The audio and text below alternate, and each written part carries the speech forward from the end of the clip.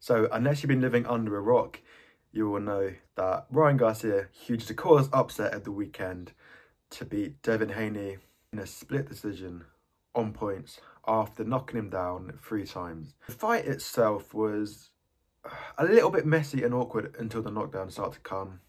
There was a lot of clinching from Haney. The ref didn't really do enough to break it up. It felt like the ref was favouring Haney, you know, letting him clinch.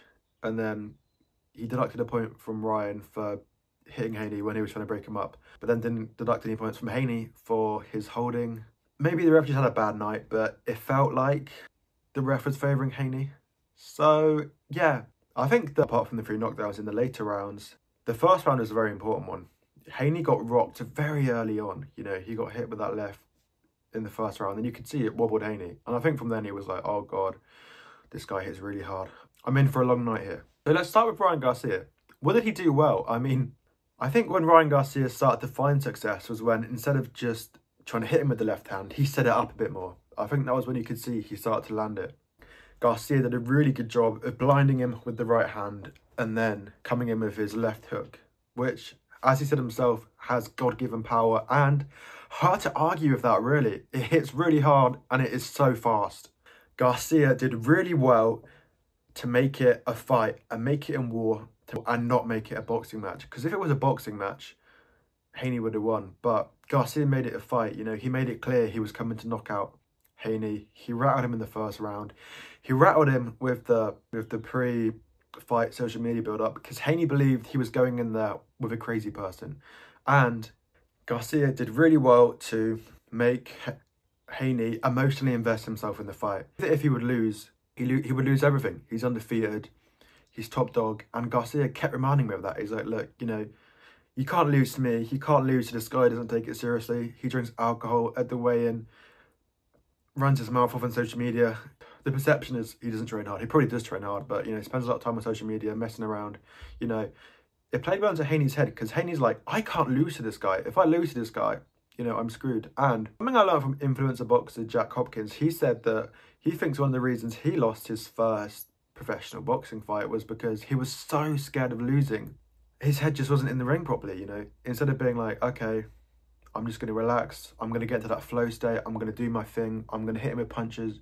I'm going to remember my training. He's gone, oh my God, I can't lose. Oh my God, I can't lose. I've got to knock him out. I've got to knock him out. And I think that's what Garcia did so well. Mentally, Haney was not there. Let's move on to Devin Haney.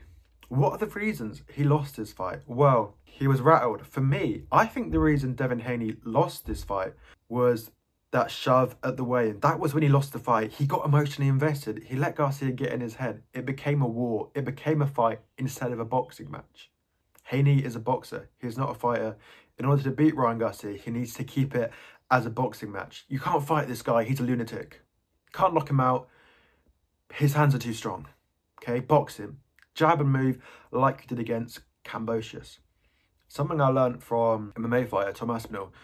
One of the reasons he thinks he does well in the ring is he reminds himself it's a sport. It is not war. It is simply a sport where there is violence involved. You're not going off to war. It's not life or death. You get in the ring, you know, it's like a football match. You just try and win it. Don't be too emotional. Don't forget your training. It's not kill or be killed. And I think that's where Haney went wrong. I think he's gone, I'm going to kill him. That's what Bill Haney said. He said, oh, my son's going in there to kill him. Wrong technique. Outbox him. You're the better boxer. Jab and move. Jab and move. Okay, don't exchange. I think that's where Devin Haney went wrong. He exchanged with Ryan Garcia. Don't exchange with Ryan Garcia. His hands are too fast and too strong. You've got to keep moving. And I think that's where he went wrong. He exchanged. He didn't jab. And I think Bill really should have pulled him out of there. Dropped down heavy 3 times and he broke his jaw. Like, you know, poor guy. And, you know, he looked dead at the weight, you know. He clearly really had to push himself to get down to the weight. You know, he looked tired, he looked fatigued. And then, you know, when you look over and you see Ryan drinking a beer, looking big, looking full, you're thinking, oh, fuck, like, I'm in for a long night here. So, yeah. And I think you could tell that Haney was drained because he just didn't have good punch resistance, did he? Well, it's hard to know if he didn't have punch resistance or if Ryan Garcia is just a really good, really hard hands. Probably a bit of both. You know, he looked drained. That's going to affect your punch resistance. This is why weight fights weight is fair. although as an audience we want knockouts, for the fighter's health, you know, you want them to have good punch resistance. You don't want to see a lot of knockdowns or droppages because it's bad for the fighter. You know, they're going to get brain damage. This is why fights weight. And I think it's why Haney can feel hard done by, you know. Garcia missed a weight. He killed himself to make it. Garcia was so much heavier. You know, he didn't have to take it. No, he probably did after the fight. I don't think he would have got paid if he didn't fight. But and let's not forget, some people scored the fight a draw. Eddie Hearn, George Groves, and I think some of the people on the zone did score the fight a draw. How come? Well, boxing is scored round by round. Apart from the knockdown rounds, Garcia didn't do much, which potentially, when you're scoring it from a boxing perspective and not from like a who won the battle, who had the better night, there seems to be evidence it could have been a draw. I'm not saying it was a draw, but I'm saying some people believe it was a draw. And, you know, Eddie Hearn, George Groves, you know, these guys know what they're talking about. They've been in the fight game a long time, and casuals won't understand it. But I think Haney can feel hard done by, you know.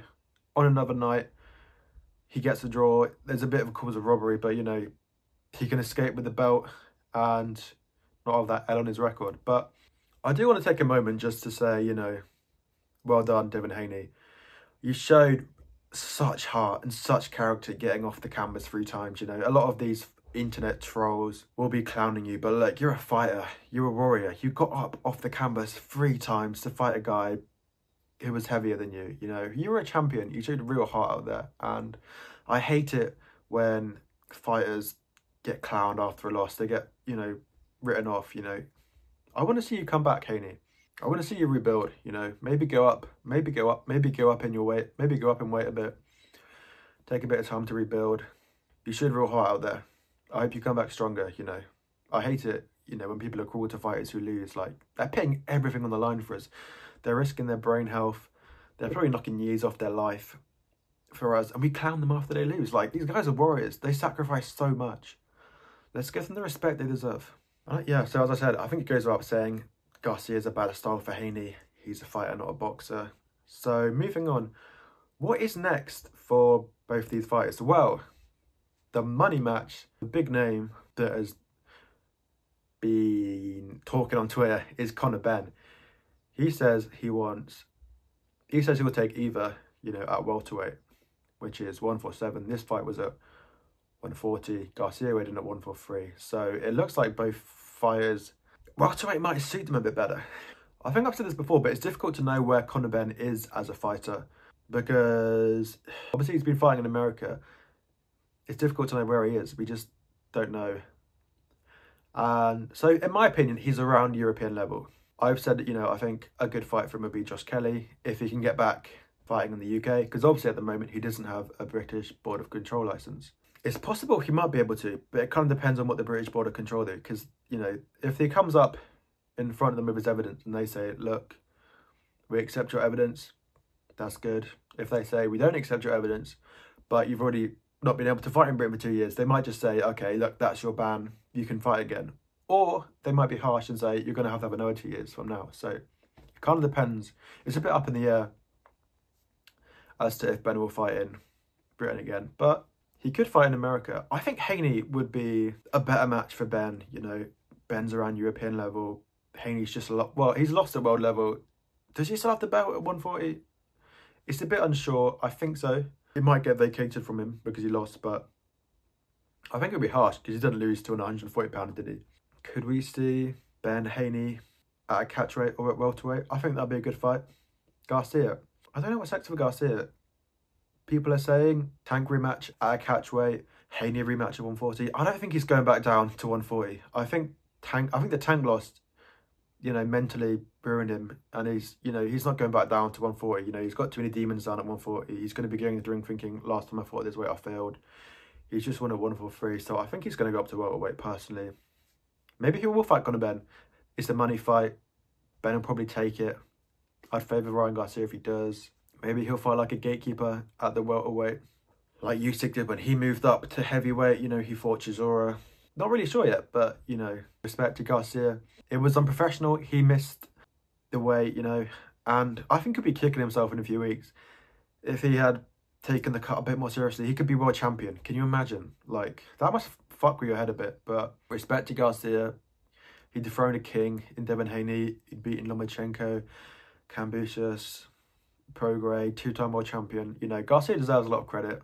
And look, Haney off the floor, off the canvas 3 times. Perhaps unfortunate not to get a draw, but realistically, Garcia probably should have won with a KO. The ref was either having a bad night or favouring Haney a bit. So yeah, there is my summary of a very exciting night of boxing. We all love an underdog story. British boxing saw one a while ago with Bentley versus Heaney.